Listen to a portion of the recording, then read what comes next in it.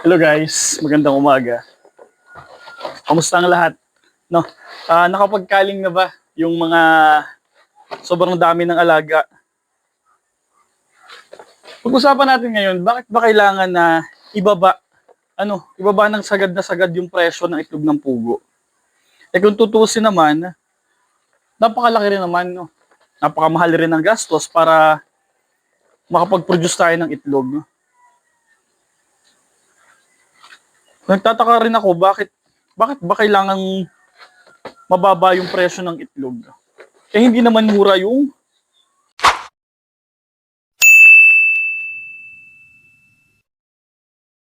cost to produce. Ano? Sumaiba tayo. May tumawag sa akin, siguro 2 days, 3 days ago. Ah, laki. Ang laki ng volume na hinahanap, 20,000 bucks. Ang reason is for export daw, for exportation. Sabi ko, okay, maganda yan. Sabi ko, magkano naman ang kuha nyo per box? Kasi yung 20,000 bucks, kaya kong i-produce yan sa dami ng natin, sources natin, yung connections natin pagdating sa pagpupugo. Sabi niya, 90 po. 90 to 100 pesos. Sabi ko, saan galing yung presyo na 90 to 100? Pero kung titingnan naman natin ngayon, kung mapanuri tayo, ganyan talaga yung presyo na hinahanap ng mga biyahero. No, 90, 80, gaano ka yun? Gaano kahirap para sa mga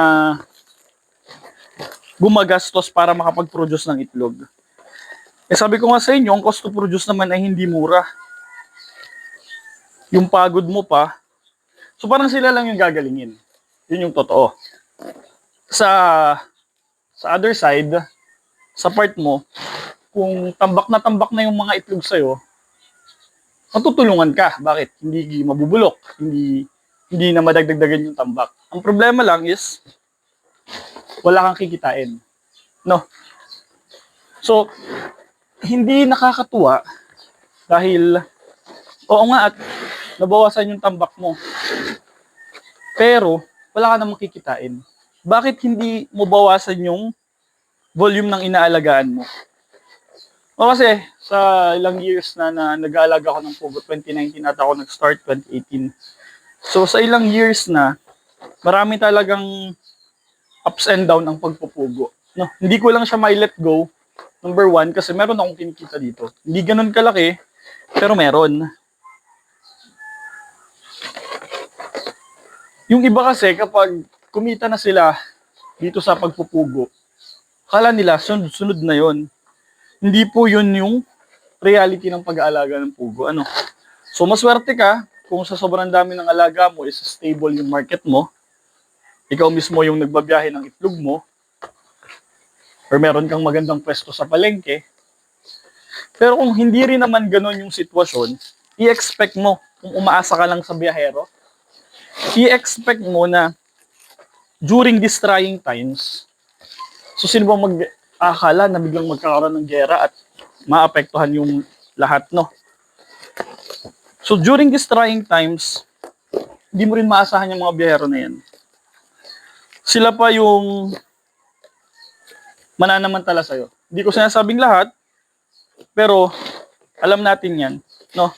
Ito din kasi yung chance ng mga biyahero para kumita sila ng maganda sa ganitong mga pagbabiyahe, no? So meron ako ngayong order na 30 bucks. So 5, 10, 15, 20, 25, 30. So kung mapapansin nyo, wala akong tambak, no? Hindi kasi ganun karami yung inaalagaan ko, pero meron akong kikitain. So sa totoo lang, hindi ko pa nararamdaman sa part ko. Hindi ko iniyayabang, guys. Sinasabi ko lang to para maging pamantayan nyo sa pag-aalaga. Hindi ako pa hindi ko pa nararanasan yung tumambak dahil tumal.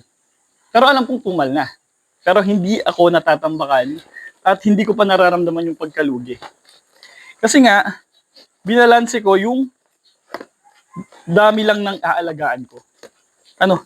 Ano ba yung pwede mong maging basis ng pagbabawas or pagdadagdag ng alaga? Una, kung alam mo naman na magbabakasyon na, ano? Kasi mostly ng mga kumukonsumo ng itlog ng pugo po ay mga estudyante, no? Yung mga taong nasa bayan kasi nga may trabaho. Pero kapag alam mo bakasyon na, magbabakasyon, months before pa lang na magbabakasyon is magbawas ka na. Ano? Or hanggat maaari nga, huwag kang mag-alaga ng sobrang dami. Ano? Kasi mahirap din naman yung easy money. I mean, kasi sabi kong easy money, mabilis yung pera mo kasi dami mong alaga. One time. Pero what if tumumal? Saan mo ngayon dadalhin yung mga itlog mo? Eh kung inaasahan mo lang is yung biyahero. Guys, naranasan ko na rin yung mga biyahero na yan. Ano? Dati punong-puno tong building natin ng cages, punong-puno ng pugo. Sobrang dami nating nabuproduce na itlog. Pero kapag kasi inasa mo sa biyahero, hindi mo rin naman masasabi kung totoo yung sinasabi nila na bumaba yung presyo sa pinagdadalhan nila. Wala kang choice. Kasi sila lang yung kumukuha ng itlog mo, ibibigay at ibibigay mo pa rin. Eh what if sinabi lang nila sa'yo na, bumaba yung presyo doon, pero totoo tumaas pala.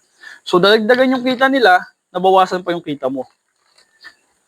Hindi po maganda talaga na iasa mo sa biyahero yung iyong mga itlog. Ano? Ang pinaka the best talaga dyan is kung may kakayahan kang magbiyahe ng sarili mong mga itlog, yun yung pinaka maganda mong gawin. Doon mo ilaan yung oras mo, ano? Ikaw na yung nag-produce ng itlog, ikaw pa yung maghahanap ng buyer, ikaw pa yung magde-deliver. Yun yung pinakamaganda kasi hawak mo yung presyo. So kung alam mong mababa yung presyo, pwede mo talagang ibaba. Pero kung alam mong mataas yung presyo ng itlog, sasabihin mo na mataas yung presyo ng itlog. Pero pag inasa mo sa biyahero, sinabi sa'yo ng biyahero, mababa ngayon ang presyo ng itlog, wala kang choice. Kasi nga, sunod-sunuran ka sa kanila. Yan ang realidad po ng pagpupugo. So, ang pinaka-the best is bawasan ng alaga, monitor lang ang alaga, and guys, lagi kayong mag-monitor ng presyo. No? Magtanong-tanong rin kayo. Yung iba kasi natatakot na sumali dun sa mga GC na nag-aalaga ng pugo. Kasi akala nila lagi silang maagawan ng presyo. Pero ang totoo, kailangan nyo rin ng information, no? Pagdating sa presyo ng itlog. Ang dami kong kilala dyan mga nalugi dahil sinolo lang yung negosyo. Kaya nga takot bang maungusan? Ayan. So yun yung punto. Gano'n naman yung business eh. Minsan nasusulutan ka ng customer. Minsan natatambakan ka ng itlog. Diskarte na lang din guys.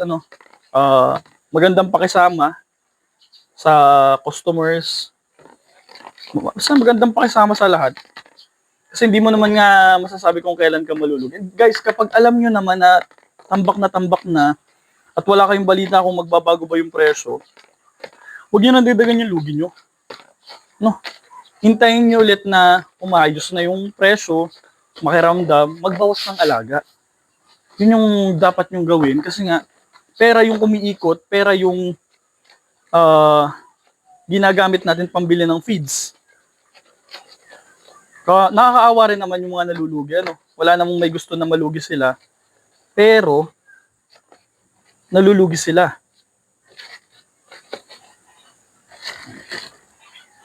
Kasi umaasa sila na maayos pa nila yung presyo. Umaasa sila na tatas pa ulit.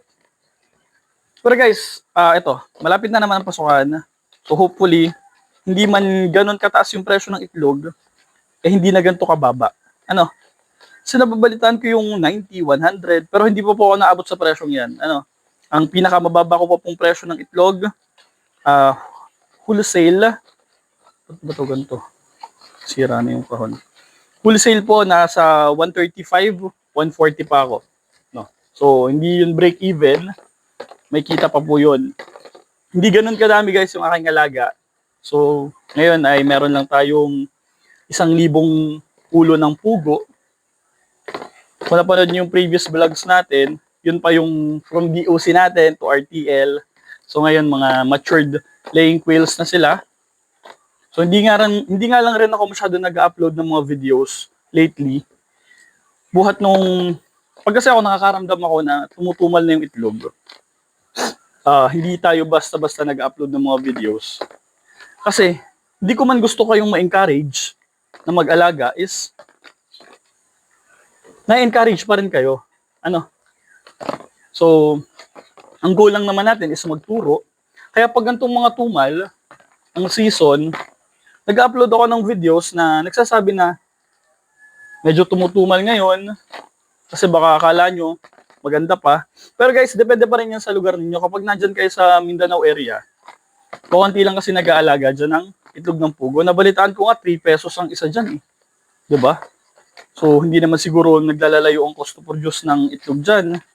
Pero, kaya nilang ibenta ng 3 pesos ang isang itlog nila. Bakit? Kasi, demand yon, no? Demand versus supply yung pinag-uusapan sa lugar na yan. Kasi nga, kukunti lang naman yung nag-aalaga.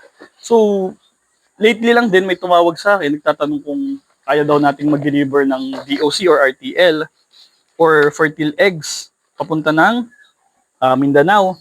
So guys, hindi ko po yan ginagawa.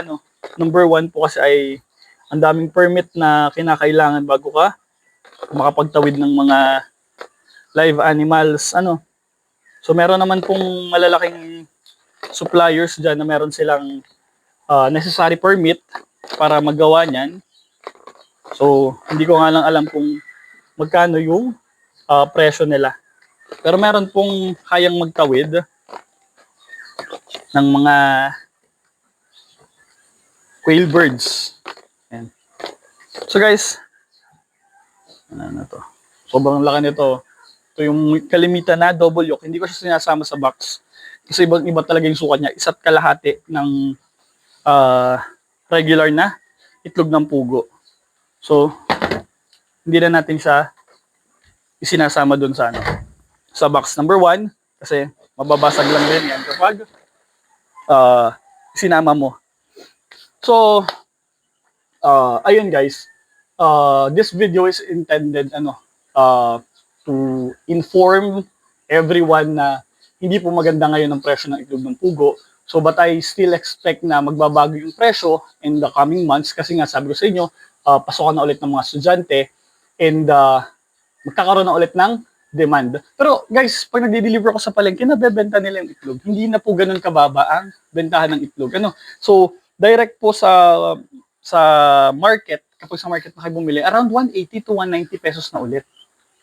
So, ibig sabihin, nabibili nila yung itlog ng around 140, 150, 160 sa farm gate, and then nabebenta na nila ng 180 to 190. So, ibig sabihin, maganda na ulit yung presyo.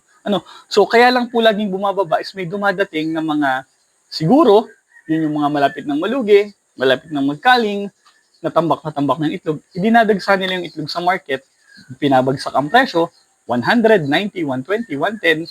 So ngayon, sino ba namang hindi ma-encourage doon na bumili yung iba? Kasi makakamura sila, and then kung kaya nilang ibenta sa presyo na 150, kung 110 nila nabili, nabenta nila ng 150, 160, 170, 180, di bang laki ng kita nun? Ang problema lang po natin dyan is, ano yung guarantee natin na bago pa yung itlog na nabebenta doon or nabibili nila? So, sa akin po kasi hindi talaga tumatambak. Kaya kahit i-stay sa palengke ng 30 days pa, wala akong problema. Never ako nakakuha ng complaint from palengke dito sa Batangas City and then from our City Mart Supermarket. So, nagdi-deliver po tayo sa City Mart Supermarket, no? Never po ako nakakuha ng complaint na may itlog tayo na mabaho, bulok, madaling nasira. So guys, i-display po sa supermarket yung itlog na nanggagaling dito sa atin. So kaya sobrang proud ako kasi kahit konti lang itong alaga natin, nakuha natin sila. Kasi meron po tayong necessary permit to operate, BIR, DTI, and malinis, maayos palagi yung dinideliver natin mga itlog. So hindi po ako nakikipag-compete na dun sa malalaking farms, hindi na rin ako nakikipagpaligsahan sa dami ng itlog. Ang sa akin po, kahit konti lang yung itlog na kaya kong i-produce ngayon, meron po akong kikitain. Yun po yung pinaka-the best. Yun guys, yung dapat thinking mo muna pag mag-start ka din ng pagpupugo. Wag mong isipin na madami akong kapital, madami akong puhunan, kaya akong mag-alaga ng madami para mas madami agad yung kitain ko. Hindi po ganun yun. Kasi pag dami ng alaga mo at biglang bumagsak ang presyo, pagbilis din ang pagbulusok ng pagbagsak mo. So, guys, be mindful sa pag-aalaga and hopefully umasenso tayong lahat dito sa quail farming. So kung meron kang comment, suggestion, question, mag-comment ka dyan sa ating comment section. And guys, please share itong ating video para malaman ng iba na merong pagbabago sa presyo ng itlog ng pugo. Yung movement ng presyo is talagang paiba-iba. And guys, kung meron kayong natututunan sa mga videos natin, please kindly like, share, subscribe sa ating videos para mas lumawak pa yung kaalaman natin sa pag-aalaga ng pugo. And once again guys, itong Ace ng Quail Farming TV or Lakbay ni Alas, huwag niyo pagdududahan ang mga sarili niyo sa mga kahit pwede niyo gawin. Never stop dreaming, never stop believing kasi hindi mo alam kung saan ka dadalhin ng pagsisikap mo.